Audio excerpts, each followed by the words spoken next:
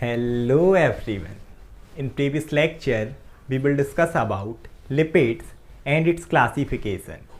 In this lecture, we will discuss about the function of lipids कि हमारी body में lipids के क्या क्या मेन फंक्शन है। तो अगर हम एक इम्पोर्टेंट या मेन फंक्शन की बात करें, जैसे कि हम बार बार करते आ रहे हैं, एक फंक्शन हो जाएगा प्रोडक्शन ऑफ एनर्जी या फिर एनर्जी स्टोरेज, है ना। ये सभी में आया। हमने कार्बोहाइड्रेट देखा जब मैंने न्यूट्रिएंट्स पर्टिकुलरली पढ़ाया था, उसी में बताया था कि आपका कार्बोहाइड्रेट हो, प्रोटीन हो या फिर लिपिड्स या फैट हो, तीनों का फंक्शन एक रहता है common, that is production of energy. लेकिन पर्टिकुलरली जो हमारा फ्रिक्वेंट सोर्स होता है, जो सबसे ज़्यादा हमारी बॉडी यूटिलाइज करती है, वो होता है कार्बोहाइड्रेट, है ना। हमने देखा भी था कि लगभग जो है ना आपकी 60 से 70% डेली की जो एनर्जी की रिक्वायरमेंट है वो कार्बोहाइड्रेट पूरी करते हैं। कि हमने खाना खाया, कार्बोहाइड्रेट मिला, उससे एनर्जी प्रोडक्शन। पर्टिकुलरली जो आपका लिपिड है, प्रोटीन है, यहाँ हम स्पेशली लिपिड की बात कर रहे हैं, ये क्या करता है, एनर्जी को एक टाइप से अपने फॉर्म में स्टोर करके रखता है। कि जो आपकी एनर्जी है ना वो फैट के फॉर्म में स्टोर है, ऐसे यूज नहीं होगी। वो पर्टिकुलरली कब यूज़ होती है, ड्यूरिंग फास्टिंग, जब आपका उपवास है, व्रत है, कई लोग रहते हैं। तो क्या हुआ, उस टाइम पे आपने खाना नहीं खाया, तो आपका जो इंस्टेंट सोर्स था, जो आपका कार्बोहाइड्रेट था, वही बॉडी सबसे ज़्यादा यूटिलाइज करती है। लेकिन क्योंकि आपने खाना नहीं खाया, आपको कार्बोहाइड्रेट नहीं मिल पा रहा है, तब उस टाइम पर आपकी बॉडी इस फैट को यूज़ करती है। तो क्या होता है, particularly they store energy in the form of triglyceride. Triglyceride मैंने बताया था ना, मतलब एक ग्लिसरॉल है और उसके साथ जब 3 फैटी एसिड की चेन अटैच्ड है, उसे हम ट्राइग्लिसराइड, जो कि सी का टाइप है लिपिड का। तो इस फॉर्म में एनर्जी हमारी बॉडी में स्टोर होती है और बॉडी से एनर्जी को यूज़ करती है ड्यूरिंग एक्सरसाइज। एक तो एक्सरसाइज के टाइम पे हमें ज़्यादा एनर्जी चाहिए होती है, तब यूज़ करेगी। साथ ही साथ ड्यूरिंग फास्टिंग, जब आपका व्रत है, आप खाना नहीं खा रहे क्योंकि कार्बोहाइड्रेट की डेफिशिएंसी हो गई है, तब इनका यूज़ होता है आपके लिपिड्स का। साथ ही साथ प्लाज्मा प्रोटीन, अगर हम प्रोटीन की बात करें तो प्लाज्मा प्रोटीन भी ना यूटिलाइज्ड होते हैं इसी टाइम पर प्रोडक्शन ऑफ एनर्जी के लिए। आगे देखें, नेक्स्ट फंक्शन है cell membrane structure as well as function. तो स्ट्रक्चर ऑफ सेल मेम्ब्रेन हम बार बार पढ़ चुके हैं, मैंने बहुत डिटेल में पढ़ा है इस चीज़ को। आपने वीडियो नहीं देखा तो मैं लिंक डिस्क्रिप्शन में दे दूंगा, आप देख सकते हो। उसी में हमने देखा था कि जो सेल मेम्ब्रेन थी, इसमें आपकी लिपिड लेयर भी थी और प्रोटीन लेयर भी थी, इसके साथ साथ कार्बोहाइड्रेट भी थे। तो पर्टिकुलरली जो लिपिड लेयर थी उसमें क्या क्या था, आपका फॉस्फोलिपिड था, कोलेस्ट्रॉल था। तो इस तरीके से जो हमारी सेल है, सेल मेम्ब्रेन है, जितनी भी सेल उनकी जो मेम्ब्रेन है, उनका स्ट्रक्चर बनाने में हेल्प करती है lipids in the form of phospholipid, in the form of cholesterol. और साथ ही साथ उसका फंक्शन में भी स्पेशली रेगुलेट सेल परमिएबिलिटी। हमने देखा था ना कि सेमी परमिएबल मेम्ब्रेन है हमारी जो सेल मेम्ब्रेन, तो कुछ सब्सटेंस को परमिएबल करती है अंदर बाहर जाने के लिए, कुछ को नहीं जाने देती। स्पेसिफिकली अगर हम लिपिड की बात करें, so they are permeable only for lipid soluble substance. जो भी आपके लिपिड सॉल्यूबल सब्सटेंस रहेंगे, ऑक्सीजन, कार्बन डाइऑक्साइड, एल्कोहल, इनको तो सेल मेम्ब्रेन के आर पार जाने देती है।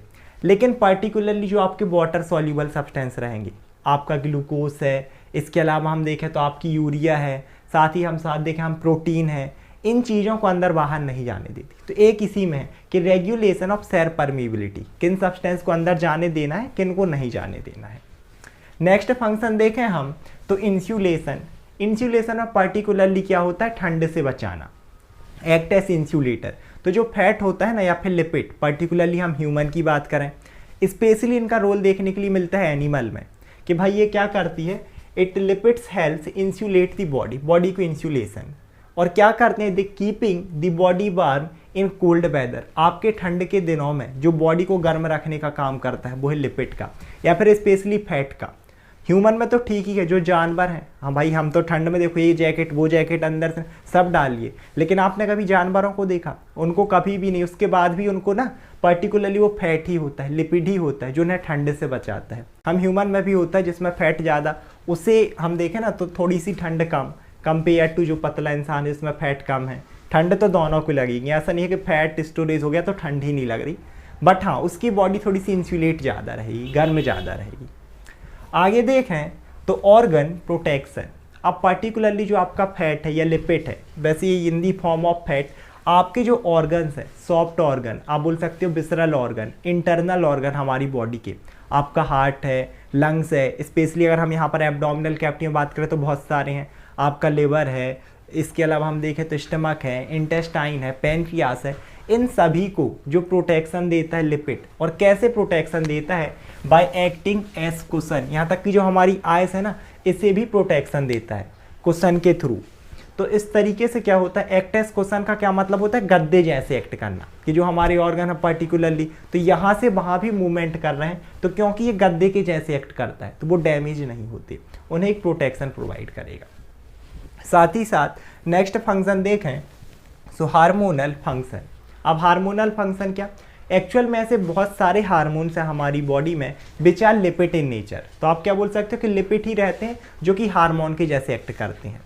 तो यहाँ पर क्या होगा, सम लिपिड्स आर एसेंशियल हार्मोन्स, जो कुछ लिपिड्स हैं ना वो एसेंशियल हार्मोन है, जरूरी हार्मोन हमारी बॉडी के। और हार्मोन क्या करते हैं, एक्ट एज केमिकल मैसेंजर। अब एक्चुअल में केमिकल मैसेंजर क्या है, हार्मोन्स क्या है, इन सबको हम एंडोक्राइन सिस्टम में देखेंगे, फिजियोलॉजी में। स्पेसिफिकली यहाँ पर ये जो केमिकल मैसेंजर है ना, बट को ही तोड़ दो, केमिकल और मैसेंजर, ऐसे केमिकल जो कि मैसेंजर का काम करें, पर्टिकुलरली सेल से सेल में, इस सेल से दूसरे सेल में सिग्नल, इसे हम इंट्रासेल्यूलर सिग्नल या कम्युनिकेशन भी बोलते हैं। और ये जो खुद केमिकल मैसेंजर है इसके बहुत सारे टाइप होते हैं, ऑटोक्राइन, एंडोक्राइन, पैराक्राइन, जस्टाक्राइन, न्यूरोक्राइन, सब वहाँ डिटेल में देखेंगे।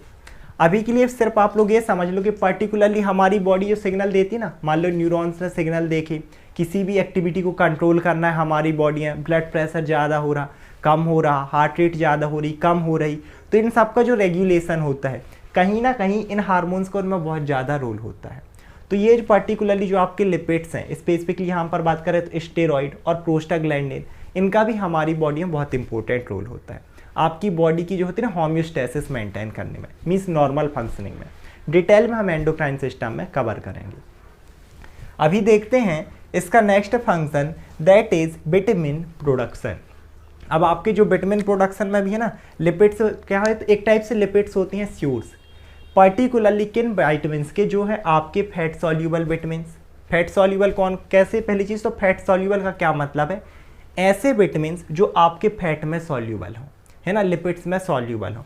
कौन कौन से होते हैं, स्पेशली हम बात करें तो आपका विटामिन ए है, इसके अलावा हम देखें तो आपका विटामिन डी है, और हम देखें आपका तो विटामिन यहाँ पर आपका के हो जाएगा। इसके अलावा होता है आपका विटामिन ई, ये पर्टिकुलरली आपके किस में आते हैं, ये आते हैं फैट सॉल्यूबल में। इसके अलावा आपके जो विटामिन बी और इसके साथ साथ जो सी हैं ये आते हैं वाटर सॉल्यूबल में, ये पर्टिकुलरली बॉटल में घुल जाते हैं, वाटर सॉल्यूबल होते हैं, लेकिन इनमें कोई रोल नहीं रहता। लेकिन आपके जो फैट सॉल्यूबल हैं, आपका ए है, डी है, ई है, के है, इन विटामिन्स का एक टाइप से आप बोल सकते हो सोर्स हैं लिपिड, मीन्स लिपिड से मिलकर ही क्या होते हैं, ये विटामिन बनते हैं, इनका फॉर्मेशन होता है। आज के लेक्चर में इतना ही। आई होप आप लोग वीडियो समझ में आई होगी। Thank you so much everyone.